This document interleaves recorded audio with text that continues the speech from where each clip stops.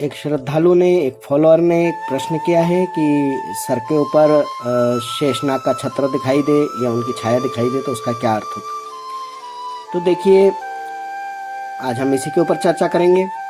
और आप अगर नए हैं तो चैनल को लाइक एंड सब्सक्राइब करें। आपको कुछ भी सीखने को मिल रहा है तो आप माता के साथ हमेशा जुड़े रहिए।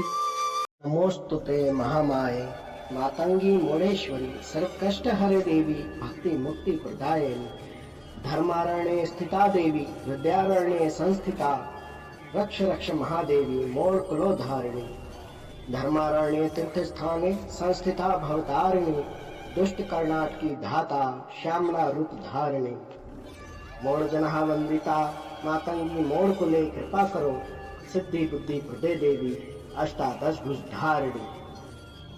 सभी से सविनय निवेदन है, चैनल को सब्सक्राइब करें, शेयर अवश्य करें, वीडियो पसंद आने पर लाइक भी करें। आप कोई सलाह देना चाहते हैं अथवा आप कुछ जानना चाहते हैं तो आप कमेंट बॉक्स में कमेंट जरूर करें। जय मोड़ेश्वरी बोल बम। तो हम शुरू करते हैं आज का वीडियो। देखिए, जिस बंदे ने पूछा है, जिस व्यक्ति ने पूछा है कि सर के ऊपर छत्र दिखाई देने का क्या अर्थ होता है, तो सबसे पहले तो आप ये जानिए कि आपको ये किस अवस्था में दिखाई देता है। क्या आपको स्वप्न में दिखाई दे रहा है?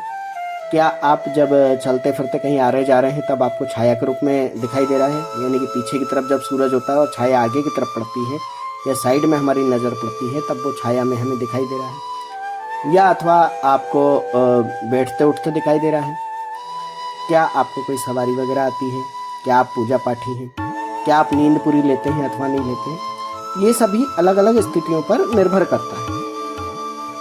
सामान्य रूप से अगर देखा जाए तो अगर आप भगवान भोलेनाथ के भक्त हैं, भगवान भैरवनाथ के भक्त हैं, भगवान गणेश के भक्त हैं, अथवा आप तेजा जी या गोगा जी को मानते हैं, तो ऐसी अवस्थाओं में भी सांप का दिखना स्वाभाविक है। जो आपको दर्शन देते हैं उनकी सूक्ष्म शक्तियों के रूप में आपको दर्शन देते हैं। आप महाकाली के भक्त हैं तब भी आपको सर्प दिखाई देंगे। आपकी कुंडली में आप राहु केतु दोषों से पीड़ित हैं या आप काल सर्प दोष से पीड़ित हैं तब भी आपको सांप दिखाई देते हैं। परंतु छत्र का सिर के ऊपर दिखाई देना एक अलग ही विषय है और यह एक महत्वपूर्ण विषय है। देखिए, जैसे आप देखते होंगे कि जो हमारी कुंडलिनी है, हम सारा महत्व उसी को देते हैं। हम अपनी कुंडलिनी जागरण के लिए साधनाएं आदि करते हैं, हम भक्ति करते हैं और मानते हैं कि हमारी कुंडलिनी हमारी जागृत होगी तब हमें विभिन्न प्रकार के हमारी शारीरिक, मानसिक और आध्यात्मिक ऊर्जाएं हमारी बढ़ेंगी। तब ये जो मोह का प्रतीक जो होता है वो भी सर्प ही होता है। आध्यात्मिक उन्नति का प्रतीक भी सर्प होता है। तो सर्प दो तरीके से चलता है। कुंडलिनी में इसका चिन्ह एक उल्टे और एक सीधे नाग के रूप में परिलक्षित किया गया। कुंडलिनी में इसको आध्यात्मिक शक्ति के अंदर कुंडलिनी जागरण के लिए इसे एक उल्टी और एक सीधे नाग के रूप में चिन्हित किया गया है। सर्प का जोड़ा जो एक का मुख ऊपर और एक का मुख नीचे की ओर होता है। तो जो ऊपर की ओर उठ रहा है, ऊर्ध्वगति कर रहा है, वह तो हमारी कुंडलिनी जागरण और हमारी आध्यात्मिक ऊर्जा को बढ़ावा देने के लिए पॉजिटिव एनर्जी का काम करता है। लेकिन जब यही चीज निम्न गति, अधोगति की ओर जाती है तब यह हमें आध्यात्मिक हमारी कहें तो हम ये कहें कि हमारे उतार की ओर हमें प्रदर्शित करता है, हमारी कमियों को प्रदर्शित करता है, हमारे गिरते स्तर को प्रदर्शित करता है। और यह नेगेटिव और पॉजिटिव दोनों चीजें मिलकर के ही एक ऊर्जा बनती है। कोई भी विद्युत नेगेटिव और पॉजिटिव ऊर्जा के बिना नहीं जल सकती या प्रकाशमान नहीं हो सकती। तो आप पाते हैं कि हमारी कुंडलिनी जो शक्ति है, वो आध्यात्मिक ऊर्जा जो है, वो ऊर्ध्वगति की ओर हम सभी प्रयास करते हैं। हम चाहते हैं कि वो नीचे से ऊपर की ओर बढ़े, ऊपर से नीचे की ओर ना आए। हमें कुंडलिनी के सर्प को ऊपर और नीचे नहीं बल्कि दोनों ही सर्पों को ऊपर की ओर उठते हुए देखना है। दोनों ही सर्प ऊर्ध्वगति की ओर हों तभी हमारे कायाकल्प हो सकता है। तो इसी प्रकार सांपों का बड़ा महत्व है। जब इसी की छत्र छाया आपको मिल जाती है तो उसका तात्पर्य ये है कि उसके फन खुल गए हैं, ऊपर की ओर आपको छत्र दिखाई दे रहा है, आपके मस्तक की ओर आपको छत्र दिखाई दे रहा है। तो इसका तात्पर्य यही होता है कि आपकी जो आध्यात्मिक ऊर्जा है, आपकी आध्यात्मिक उन्नति है, वो शिखर की ओर जा रही है।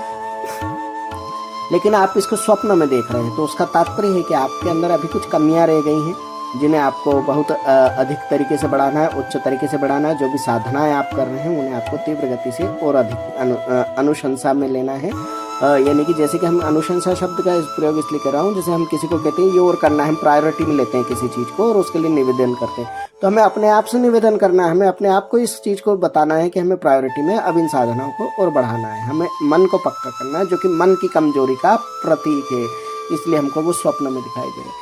लेकिन जब हम चलते फिरते देखते हैं कि हम कहीं भी खड़े हो रहे हैं, हमें ऐसा आभास हो रहा है कि हमारे ऊपर कोई छाया है या हमें दिख रहा है, तब ये निश्चित जान लीजिए कि वो शक्ति, वो ऊर्जा आपके साथ चल रही है। आप जिसका भी इष्ट कर रहे हैं, जिसकी भी साधना कर रहे हैं, वो पूर्ण रूप से आपके साथ है। ये इस बात का प्रतीक होता है। वो छाया आपको बता रही है कि आपकी आध्यात्मिक उन्नति इतनी बढ़ गई है कि वो आपसे प्रसन्न होकर आपके ऊपर है और आप पर दृष्टि जमाए हुए हैं। अब ऐसे समय में यदि आप कोई निकृष्ट कार्य करते हैं, तब वो शक्ति आपको छोड़ करके भी जा सकती है।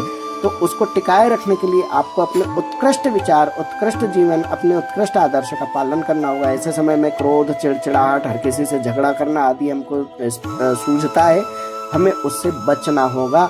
क्योंकि जब कोई शक्ति हमारे साथ होती है तो वो कोई भी गलत कार्य होते नहीं देख सकती और वो उसका प्रतिकार करने के लिए तत्पर हो जाती है। और कई बार हम उस आवेश में आकर अहंकारग्रस्त होकर के भी गलत निर्णय कर लेते हैं। तो हमें उन चीज़ों से बचना है। तब आप जानेंगे कि ये छत्र दिखने का कितना महत्व होता है। जब भी हम देखते हैं प्रतीक रूप में भगवान विष्णु के ऊपर शेषनाग जी का छत्र है, भगवान शंकर के ऊपर सांप का छत्र होता है, या हम देखते हैं कि भगवान गणेश के अवतार में भी उनके ऊपर एक शेषनाग का छत्र है। हम देखते हैं कृष्ण अवतार में कृष्ण भगवान के ऊपर शेषनाग का छत्र है। तो इसका तात्पर्य यह नहीं होता कि कोई साक्षात रूप से कोई आकर के आपके पीछे खड़ा हो रहा है तो आप भी कोई अवतार है। नहीं, आपके अंदर वो शक्तियां विद्यमान हैं जिसके ऊपर सदैव जिनकी कुंडलिनी सदैव जागृत थी, जिनकी आध्यात्मिक दृष्टि और आध्यात्मिक ऊर्जा इतनी अधिक थी कि वे देवों के देव महादेव हैं, वे सुरश्रेष्ठ नारायण हैं। और इस प्रकार से आप भी आपके अंदर वह अंश विद्यमान हो रहा है, जो भगवान तत्व है, जो गुरु तत्व है, वो आपके अंदर बढ़ रहा है। आपको उसे ही पोषित करना, और यही सब पोषित करने के लिए सभी लोग करते हैं।